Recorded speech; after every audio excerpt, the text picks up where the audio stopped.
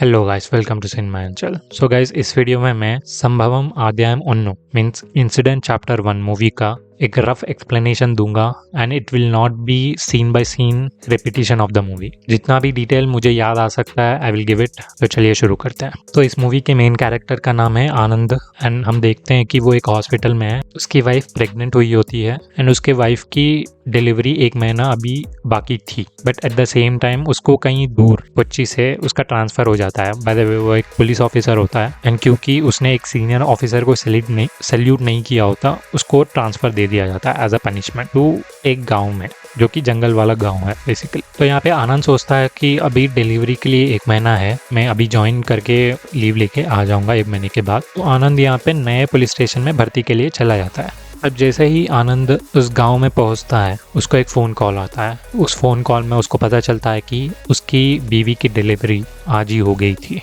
Instead of 1 month later. तो वो बोलता है कि मैं अभी आ जाता हूँ, बट वहाँ पे उसका एक दोस्त होता है, वो बोलता है कि कोई नहीं, अभी डिलीवरी हो चुका है, एक लड़की पैदा हुई है, तो डोंट वरी, तू जाके ज्वाइन हो जा। तो आनंद यहाँ पे कुछ देर सोचता है एंड ठीक है बोल के ज्वाइनिंग के लिए चला जाता है गांव में। अब आनंद यहाँ पे एक जीप रेंट करके जाता है। आपको पता है ना, गांव में शेयरिंग वाला जीप होता है, उसमें जाता है। जाते जाते इनके जीप के सामने एक पुलिस ऑफिसर की बॉडी आके पड़ जाती है। वो पुलिस ऑफिसर बहुत ज़्यादा इंजर्ड था एंड वो अपने लेफ्ट हैंड से कुछ इशारा कर रहा था, कुछ सिंबल बना रहा था। किसी को समझ में नहीं आता ये क्या हो रहा है, तो आनंद उसको हॉस्पिटल लेके जाता है एंड वहाँ पे हमको पता चलता है कि उस पुलिस ऑफिसर का नाम पीटर है एंड उसके फैमिली को इन्फॉर्म कर दिया जाता है। अब जिस हॉस्पिटल में आनंद पीटर को भर्ती करवाता है, उसी हॉस्पिटल में उसका सीनियर उसको मिल जाता है, जिसका नाम होता है एजी अशोकन। अब यहाँ पे अशोकन बहुत ज़्यादा फ्रेंडली होता है, तो दोनों चाय पीने के लिए चले जाते हैं एंड अशोकन को पता चलता है कि आनंद एक फादर बन चुका है एंड उसकी बेटी हुई है। तो अशोकन उसको बोलता है कि भाई तू यहाँ क्या कर रहा है, तू चले जा, मैं देख लूंगा, बस भर्ती हो जा and go tonight only. वो बोलता है ठीक है मैं देखता हूँ। बट अशोकन को तभी एक कांस्टेबल का कॉल आता है एंड वो कांस्टेबल बोलता है कि सर, रेजी सर ने कुछ लोगों को पकड़ लिया है from Tamil Nadu. By the way ये गांव जो था वो तमिलनाडु और केरला बॉर्डर के बीच में था एंड पूरा फॉरेस्ट एरिया था। तो रेजी सर ने कुछ लोगों को पकड़ लिया है एंड वो बोल रहे हैं कि वो बहुत बड़े आदमी को जानते हैं, तो क्या आप आ सकते हो। तो अशोकन परेशान होकर बोलता है ठीक है रुक, में हम आते हैं। बट वहाँ पे एट द सेम टाइम रेजी उन लोगों से झगड़ा करने लगता है एंड एट वन पॉइंट गुस्सा होकर उनको पीटने लगता है। अब उस ग्रुप में से एक बंदा वहाँ से भागने लगता है। अब वो बंदा जंगल के अंदर भागने लगता है, तो रेजी उसको चेस करके पकड़ लेता है। बट वो दोनों देखते हैं कि उन दोनों के सामने एक डेड बॉडी पड़ी है एंड तभी अशोकन और आनंद आते हैं वहाँ पे। उन दोनों को देख के समझ में आता है कि ये कोई पुलिस ऑफिसर का लाश है। तो अशोकन फॉरेंसिक डिपार्टमेंट को इसको देखने के लिए बुलाता है। पीटर, जो कि फर्स्ट बंदा था, जो कि आनंद के सामने आके पड़ गया था,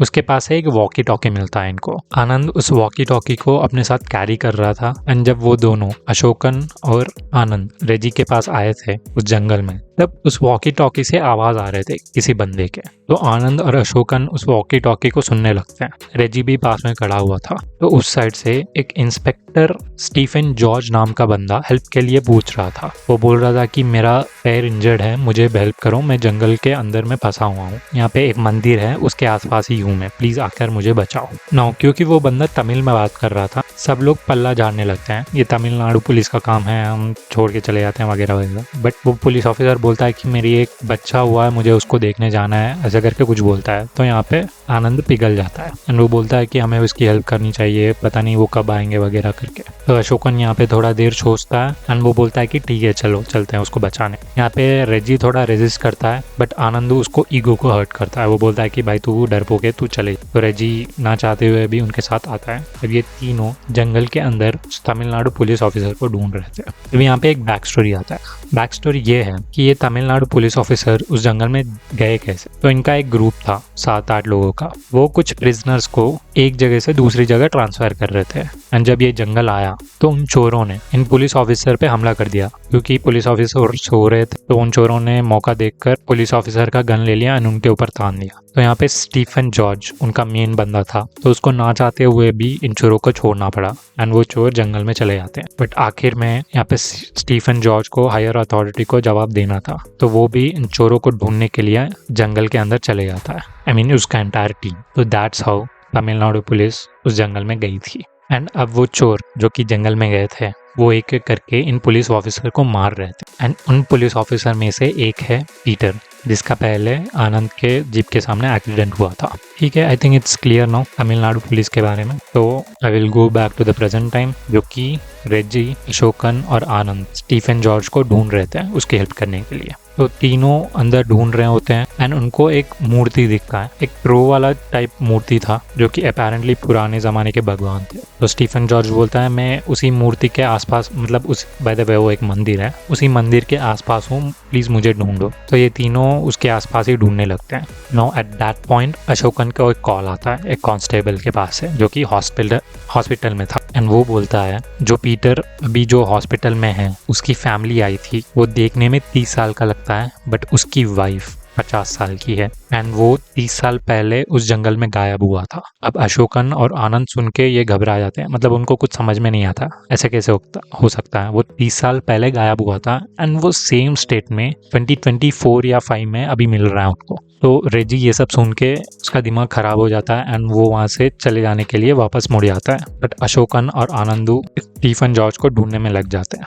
तो वेट, रेजी अभी नहीं बिछड़ता उन दोनों। एक्चुअली इस कॉल के बाद अशोकन को एक और कॉल आता है एंड वो आता है तमिलनाडु पुलिस डिपार्टमेंट से। तो अशोकन फोन को उठाता है एंड वो पूछता है कि आपका एक बंदा, स्टीफन जॉर्ज नाम का एक बंदा यहाँ पे जंगलों में खो गया है, तो प्लीज़ क्या आप लोग भी आओगे हमें हेल्प करने के लिए। तो वहाँ से तमिलनाडु का बंदा, तमिलनाडु पुलिस एसआई का बंदा बोलता है कि हमारे पुलिस स्टेशन में कोई भी स्टीफन जॉर्ज नाम का बंदा नहीं है। तो अशोकन और आनंद थोड़ा कंफ्यूज होते हैं, रेजी भी थोड़ा कंफ्यूज होता है। तो आनंद फ़ोन लेके बोलता है कि क्या बात कर रहे हो भाई, हमें पीटर नाम का एक बंदा मिला है जो कि आपके पुलिस स्टेशन से ही है, हमें उसका आईडी भी मिला है वगैरह वगैरह। तो वहाँ पे एसआई, तमिलनाडु का पुलिस एसआई बोलता है कि पीटर भी नहीं, ऐसा कोई बंदा नहीं है हमारे पुलिस स्टेशन में, ना कि पीटर है ना स्टीफन है, किस लोगों की बात कर रहे हो। अब यहाँ पे ये तीनों बहुत ज़्यादा कंफ्यूज थे कि क्या चल रहा है। And eight the same time वहाँ पे वॉकी टॉकी में स्टीफन जॉर्ज इन तीनों को हेल्प के लिए पूछता जा रहा था। अब इन तीनों को समझ में नहीं आ रहा था क्या करें।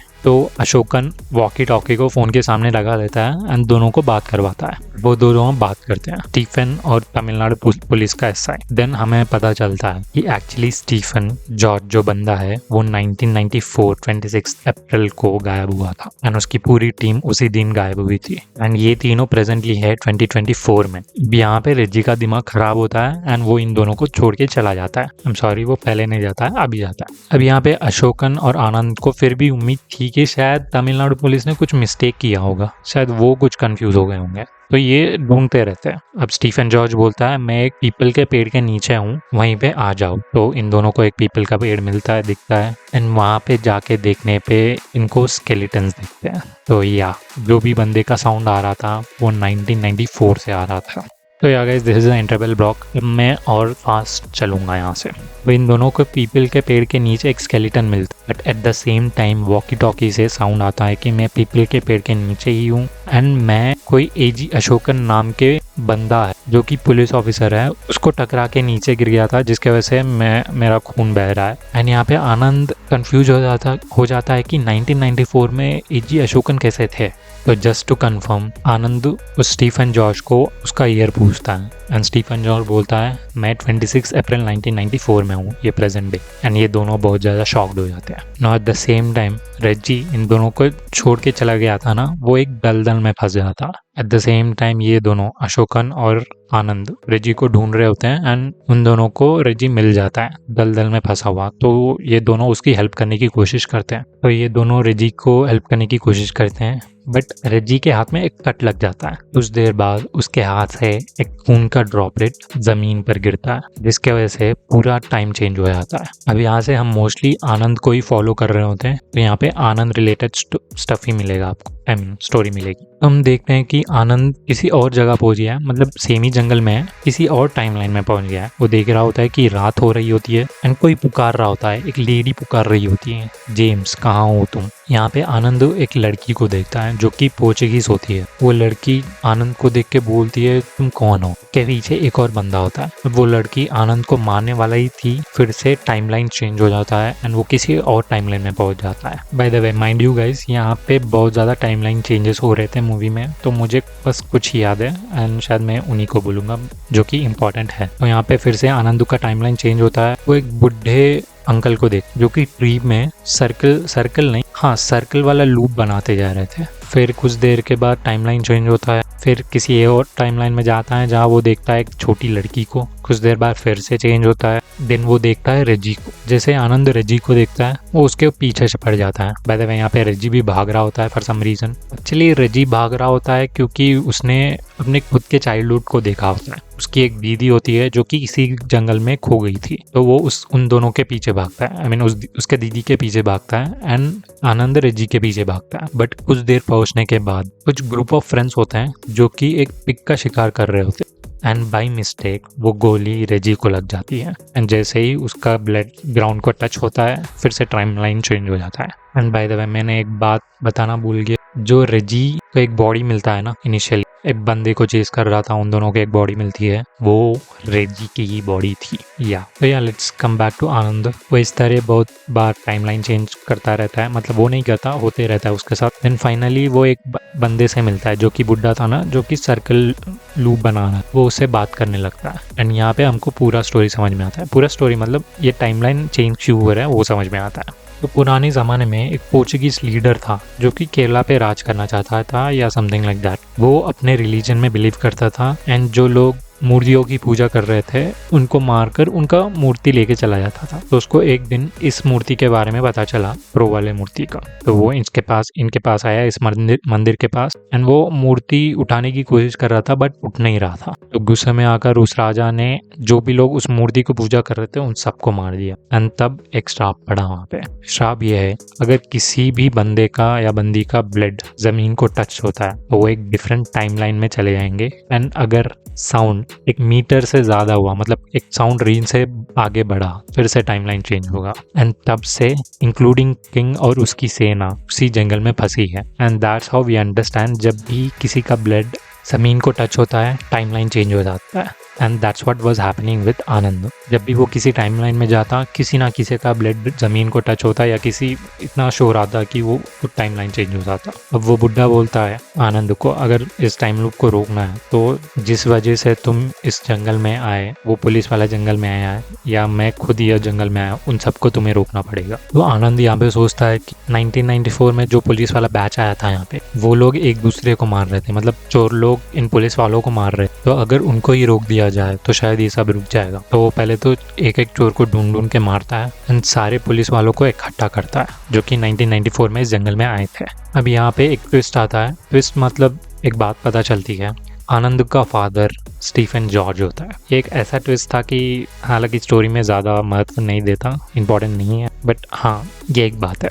अब ये सभी लोग मंदिर के सामने आते हैं एंड यहाँ पे आनंद को एक बात समझ में आती है उस लूप के बारे में। तो अगर इन सबको इस जंगल से बाहर जाना है तो वो लूप फॉलो करना होगा। बाय द वे ये इससे पहले बहुत ज़्यादा अटेम्प्ट कर चुके थे इस जंगल के बाहर जाने का, बट वो जा नहीं पा रहे थे। वो हमेशा इस मंदिर के सामने आ रहे थे। तो ये लोग वो लूप ट्राई करते हैं। आई थिंक 5-6 लोग होते हैं, 5 में से 2 लोग मर जाते हैं एंड एट द एंड 3 लोग बचे होते हैं। एक तो पीटर, स्टीफन जॉर्ज और आनंद खुद बचे होते हैं। एंड इन द एंड ये तीनों बाहर आ जाते हैं उस जंगल से। तो हाँ, मूवी के स्टार्टिंग में पीटर के फेथ में और स्टीफन जॉर्ज के फेथ में डेथ थी, but towards the end of the movie ये दोनों बच जाते हैं। बट हमको पता चलता है कि ये 1994 में, तो आनंदू तो फिर से वापस जा नहीं सकता। तो ये आनंदू इन दोनों को भेज देता है, स्टीफन जॉर्ज और पीटर को, एंड वो खुद जंगल में जाकर खुद को खत्म कर लेता है। एंड हम देखते हैं कि वो फिर से प्रेजेंट में चला जाता है एंड दिस टाइम उसके फादर उसके साथ रहते हैं। बाय द वे स्टार्टिंग में